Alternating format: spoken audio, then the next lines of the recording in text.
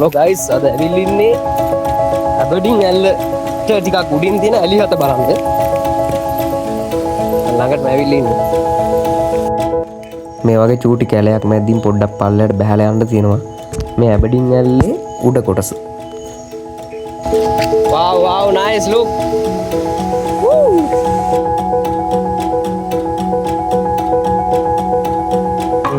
yo guys ඇවිල්ලා ඉන්නේ ඇලි හත බලන්න. ඇබර්ඩින් ඇල්ලට උඩින් තියෙන මේ ප්ලේස් එක.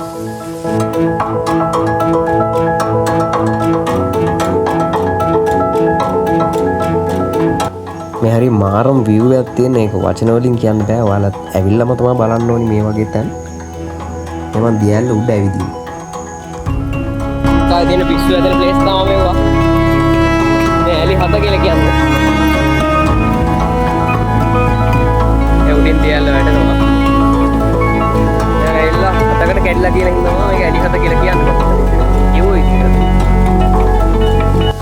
එතන අයකින් අහුවට පස්සේ කිව්වා මේක දියල්ල හතකට කැඩිලා එන හින්දා තමයි මෙතන ඇලි හත කියලා කියන්නේ. කියන්නේ මේක දියල්ල හතකට කැඩිලා එනවා කියන තමයි කියන්නේ. අපිට නැල්ලේ උඩ කෙලවර.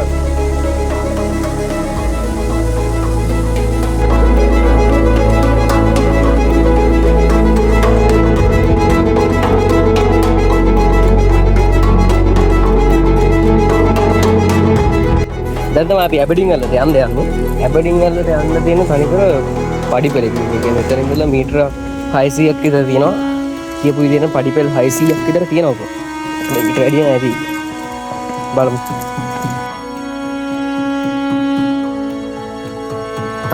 තවමත් යනවා. ඉවරයක් නෑ.